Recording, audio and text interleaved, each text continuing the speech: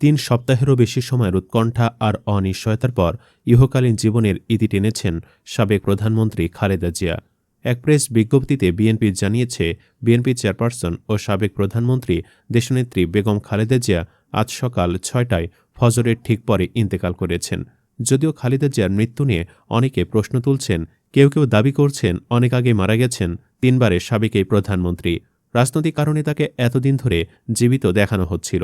প্রশ্ন যতই থাকুক আর যেমনই থাকুক, বাস্তবতা হল বাংলাদেশ হারিয়েছে এক আপসীন নেত্রীকে, যাকে জেল কিংবা মৃত্যুর ভয় দেখিয়েও কখনো হার মানানো যায়নি।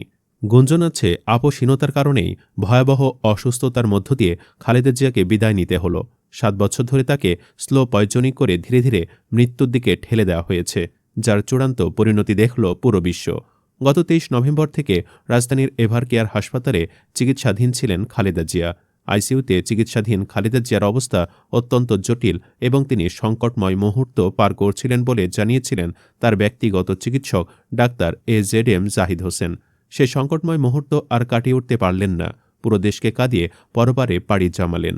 শেষ মুহূর্তে ছেলে তারেক রহমান সহ পুরো পরিবারকেই পাশে পেয়েছেন খালেদা জিয়া।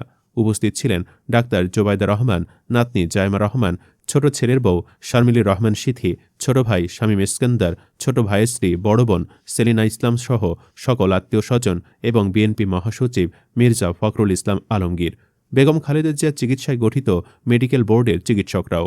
পুরো পরিবারের এই উপস্থিতি বলে দিচ্ছে খালেদা জিয়ার মৃত্যু নিয়ে যে প্রশ্ন, সেটার কোনো ভিত্তি নেই। গৃহবধূ থেকে দেশের প্রথম নারী প্রধানমন্ত্রী হয়েছিলেন খালেদা জিয়া। ১৯৪৬ সালের ১৫ আগস্ট অবিভক্ত ভারতবর্ষের জলপাইগুড়ির নয়াবস্তির ছোট্ট শহরে জন্ম সাবেক এই প্রধানমন্ত্রীর। নাম রাখা হয় শান্তি। পরে মেজবোন সেলিনা ইসলাম তার নাম রাখেন পুতুল। পরবর্তী সময়ে তার পরিবার দিনাজপুরে এসে স্থায়ীভাবে বসবাস শুরু করেন। ১৯৬০ সালে তিনি দিনাজপুর সরকারি স্কুল থেকে ম্যাট্রিকুলেশন পরীক্ষায় উত্তীর্ণ হন। পরে দিনাজপুর সুরেন্দ্রনাথ কলেজে লেখাপড়া করেন। কলেজে পড়ার সময় তৎকালীন পাকিস্তান সেনাবাহিনীর ক্যাপ্টেন জিয়াউর রহমানের সঙ্গে বিবাহ সূত্রে আবদ্ধ হন। ১৯৬৫ সালে কলেজে ডিগ্রি কোর্সে অধ্যয়ন করে বেগম খালেদা জিয়া স্বামীর কর্মস্থল পশ্চিম পাকিস্তানে চলে যান।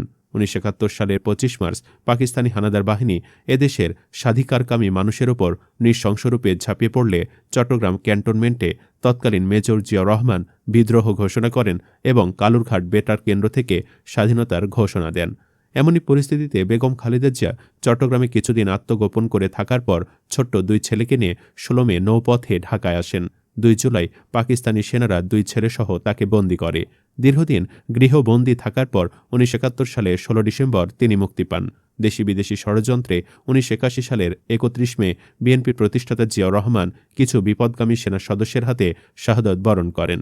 ততদিন পর্যন্ত সাধারণ গৃহবধূই ছিলেন বেগম খালেদা জিয়া।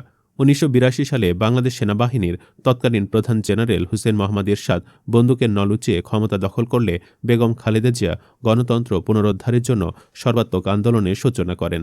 তিনি এরশাদের স্বৈরশাসন থেকে দেশ পুনরুদ্ধারে ১৯৮৩ সালে গঠিত ৭ দলীয় জোট গঠনে স্থপতি ছিলেন। খালেদা জিয়া ১৯৮৬ সালে স্বৈরাচার সরকারের অধীনে প্রহসনী নির্বাচনের বিরোধিতা করেন এবং নির্বাচনে অংশগ্রহণ থেকে বিরত থাকেন। যদিও আওয়ামী লীগ, জামায়াতে ইসলামী এবং সিপিবির মতো রাজনৈতিক প্রতিদ্বন্দ্বীরা এরশাদের অবৈধ সরকারকে বৈধতা দেওয়ার জন্য জাতীয় পার্টি নেতৃত্বাধীন শাসনের অধীনে নির্বাচনে যোগ দিয়েছিল।